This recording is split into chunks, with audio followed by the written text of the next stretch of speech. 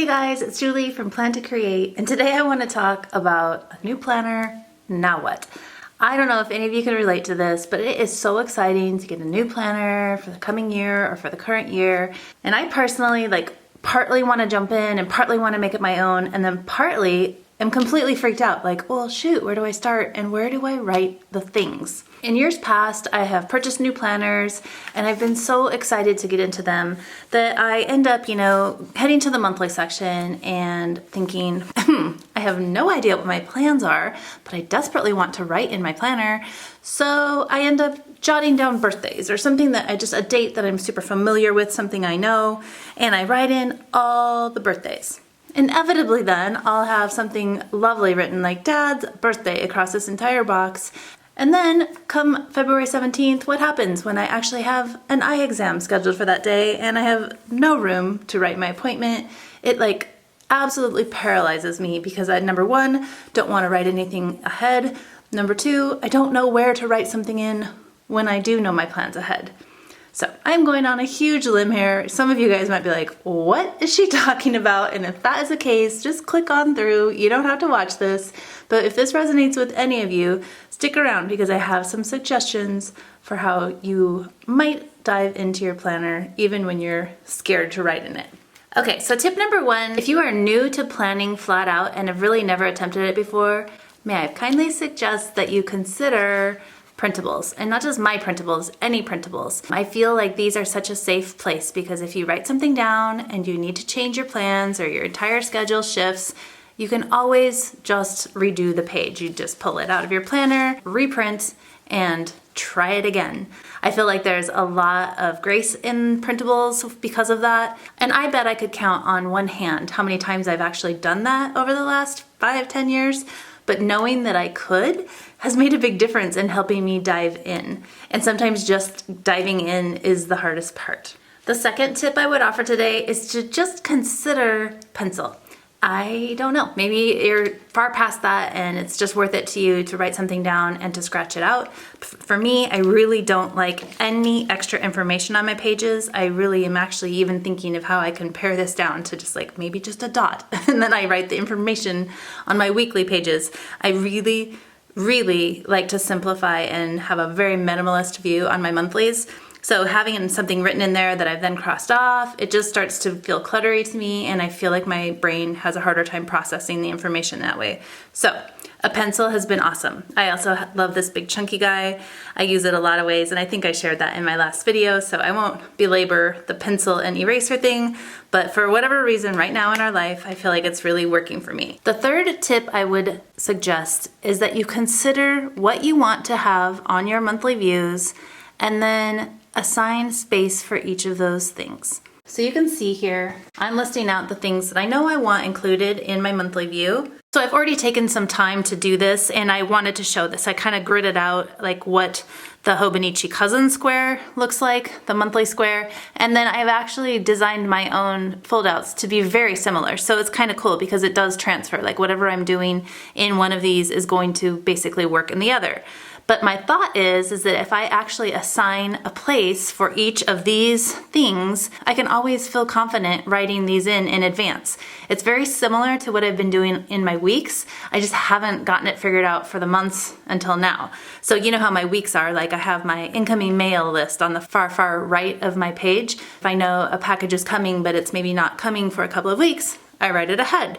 Well, this is exactly, I want this feeling that I can write these things down several months in advance and I'm not going to be like, no, shoot, now I don't have room to mark down when we're traveling. So this is that same, I guess they're over there on the Hobonichi. Shoot, I think my numbers are on the right side. So obviously that would be a flip already right off the bat.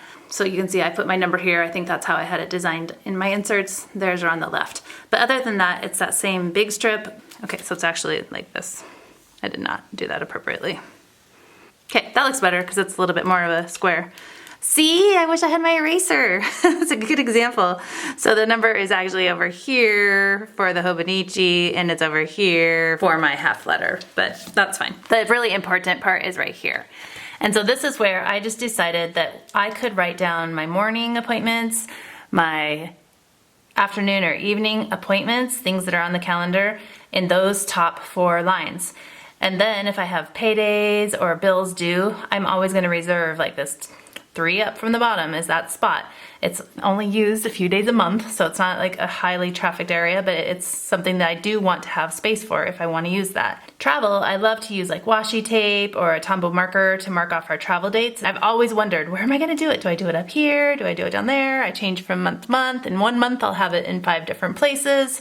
So I feel like the consistency of always having travel here. And then the final one I have reserved for a meal plan, and that's a great spot for me to write down, like if we're having our Green Chef meals, if I have other recipes that, I know I want to try. The other thing that I wanted to track is if and when I posted a YouTube video. So I have cute little YouTube icons that I can place up in the corner of the box. So it looks like, obviously, it would go in this corner in my Hobonichi, and then it will go in the opposite corner for my Hef letter. Or this one. Goodness, can't keep it straight. And so with this in mind, I went ahead and I filmed some footage putting together my December monthly fold out.